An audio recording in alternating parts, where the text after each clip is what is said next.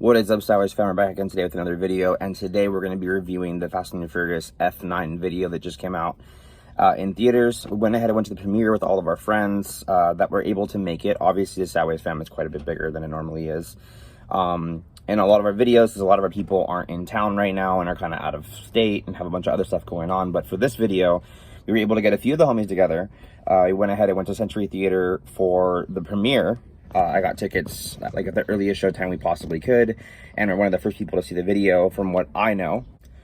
Right now, I'm going to go ahead and show you guys some cool clips of us all rolling in together and being together after getting dinner, and then I'll go ahead and go into my review about the movie and kind of my opinion and what I think should have been changed or what could have been done better. I have been to all of the movie premieres. I've seen every single one. I own every single one. I love the whole franchise of Fast and the Furious.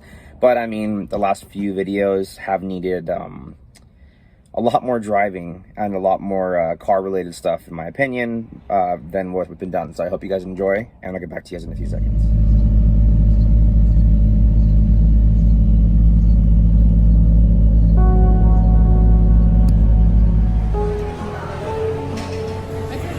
Hi, cutie. Hi. I want some chocolate hummus, bro. Is my car done yet? Is Cole's car done yet?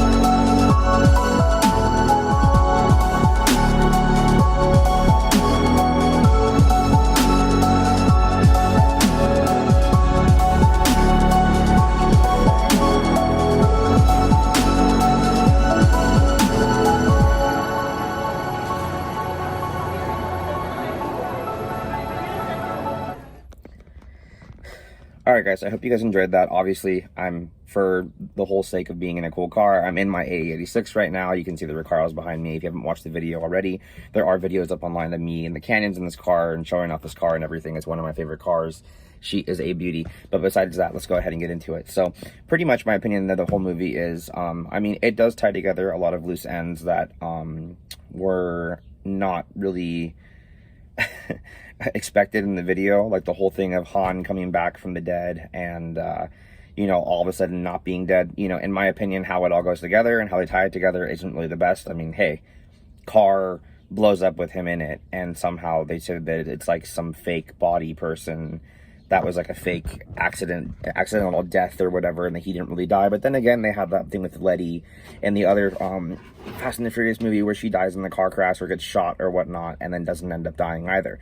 So pretty much nobody dies. They reference, Paul Walker in his Skyline, you know, watching the kids and him not being there, not being around. We all know that he unfortunately is gone, so that wasn't going to be able to be shot. I mean, there was a few exciting moments where you thought that we were going to have some kind of CG Brian O'Connor thing going on. At the end of the movie, he does come out with his Skyline and pull up into the driveway. It was supposed to be with the kids, quote unquote. Couple other weird things, you know, that they do go ahead and show all the other people from Tokyo Drift that were in there. So like you got like little Bow Wow who is in it, and then you got the other little computer guy that does all the like tuning and adjustments that happens to the RX-8 in that car and everything too. And then obviously you have Sean, who is like the main face of that whole entire movie, who's drifting, you know, the Mustang and on Han's S15, all the other cool cars you get to see in Tokyo Drift. In my opinion, that was probably one of the best movies, along with all the movies before that, because it actually had real racing in those ones. In this one, I have to say I was very, very, very excited to see the Mark V Supra, you know, the other exotic car drifting or whatever with the old lady and Dom. I mean, I was a little unimpressed by that. It was very CG'd.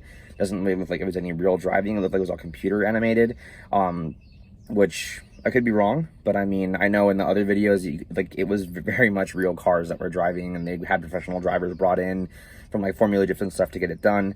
There was other scenes that like we didn't even end up seeing. Like there was some other shots of like more Mark V stuff of them rolling around in there. There was really only a few scenes of this, and the scenes that I got to see with the Mark V, which I was kind of hoping would kind of flood the market of making people be like, oh my god, I want a Mark V, and you know, make it be an even bigger thing, which may end up, you know, changing the value of the Supras and everything as well. Who knows? You know, I mean, as stupid as it is, this kind of stuff does affect everything.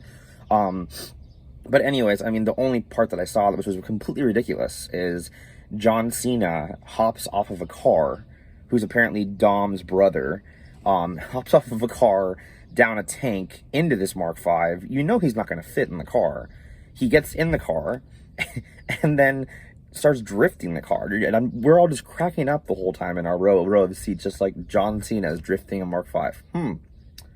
Yeah, okay. And then there's another scene too. It's absolutely ridiculous. Where it's like John Cena's in some runaway car. It's an FRS, and they show him, and he's like this in the car, and like, you know that he probably wasn't driving or anything either, but it was just like ridiculous.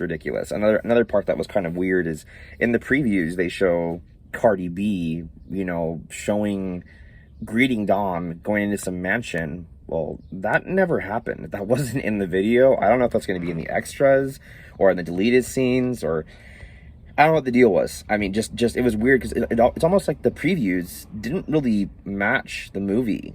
So it like drew you in as like bait, but then at the whole entire thing, it didn't even end up being that. So, I mean, obviously this video is not going to have too much to do with like anything special. It's just one of those things where like I'm going to be talking the whole entire time about what my opinion of the movie is. I mean, all in all, it was really, really cool for like the whole entire family thing and having everybody be in it, and like the whole Fast and the Furious family. Like, I mean, hey, I'm all about it. I'm all about the Sideways fam. I mean, that I have built a lot of the way that I treat and handle my, you know, my friends that are in my clique of people the same way that they do their stuff too. So like, I mean, I grew up watching this thing. It's been an inspiration to me, you know, by all means. I'm not talking crap on the Fast and the Furious franchise. I mean, hey dude, they got to make their money too, but all in all, it's become a huge thing where it's no longer like a racing movie. It's really just like a spy, you know, Mission Impossible kind of thing that includes some JDM cars here and there and domestic cars here and there with nitrous and crazy stuff. I mean, there's a scene that, I mean, he flies off of a cliff in a Mustang, and an airplane comes and picks him up in midair, and then they smash into some cable off of some bridge, and it flings the car on top of like some hill across the whole entire like little island ocean thing that's going on. And I was just like, wow. Like, I mean, I love the whole crazy, like, oh, that would never happen, but it's like, dude, it's ridiculous. Like, there should have been something like mines blowing up and people blowing up everywhere and stuff, and you're just like, dude, like it's funny because it's so ridiculous.